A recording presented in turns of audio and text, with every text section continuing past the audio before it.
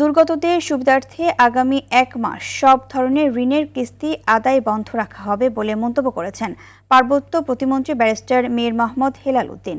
সকালে বান্দরবান পার্বত্য জেলা পরিষদের উদ্যোগে জেলা পরিষদের গেস্ট হাউসে বন্যা দুর্গতদের মাঝে ত্রাণ বিতরণকালে পার্বত্য প্রতিমন্ত্রী বলেন এসব কথা।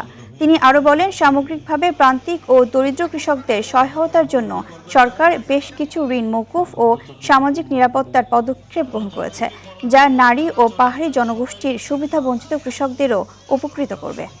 আমাদের নারী উদ্যোক্তারা অনেক সময় এনজিওদের থেকে কিছু ক্ষুদ্র ঋণ নেন, যেটার কিস্তি মাসে মাসে দেওয়া লাগে। তো আমাদের সরকারের পক্ষ থেকে আপাতত এই 1 মাসের কিস্তি এবং সুদসহ মওকুফের ব্যবস্থা করা হয়েছে।